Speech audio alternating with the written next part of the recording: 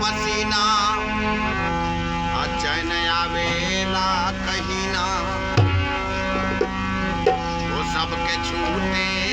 पसीना कि चैन आवेला कहीं ना कि लोगवा और बार बार कहला पुकार के हो कितना करी बड़ा ये सरकार के हो कितना करी बड़ा ये सरकार के सबके छूटे पसीना चैन आवे कहीं ना सबके छूटे पसीना चैन आवे कहीं ना लोगवा बार बार कहला पुकार के हो कितना करी बड़ा ये सरकार के हो कितना करी बड़ा ये सरकार के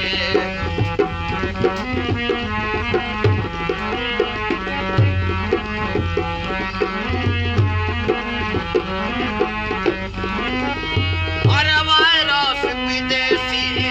मचा दिहलस हाला शहर शहर घूमत देखा गाँव में जाला वायरस विदेशी मचा दिहलस हाला शहर शहर घूमत देखा गाँव में जाला पहले बड़ी महामारी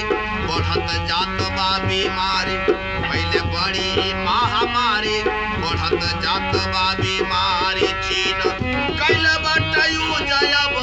संहार के हो कितना करी बड़ा ये सरकार के हो कितना करी बड़ा ये सरकार के कितना करी बड़ा ये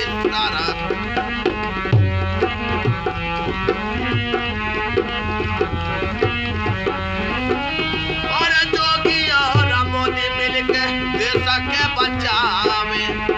जनता के खातिर लॉकडाउन लगावे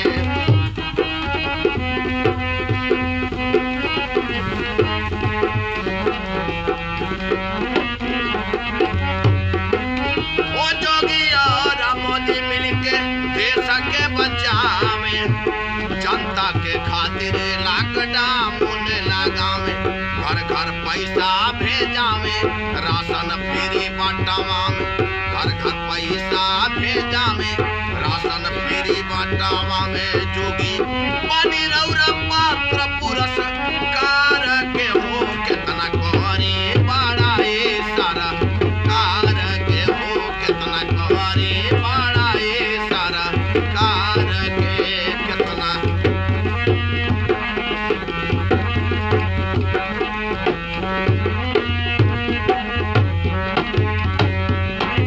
घातक बाण दिहलस चिनाई चलाई फिर दिन के बाद ई दवाई बनले भाई ओ घातक बाण दिहलस चिनाई चलाई फिर दिन के बाद दवाई बनले भाई सहनी कलमा जाला में हिंदुस्तान के जगह में सहनी कलमा जाला में हिंदुस्तान के जगह में पत्र भेजी हम जोगी जी को हार के हो कितना करी बड़ा ये सरकार के हो कितना करी बड़ा ये सरकार के हो कितना करी बड़ा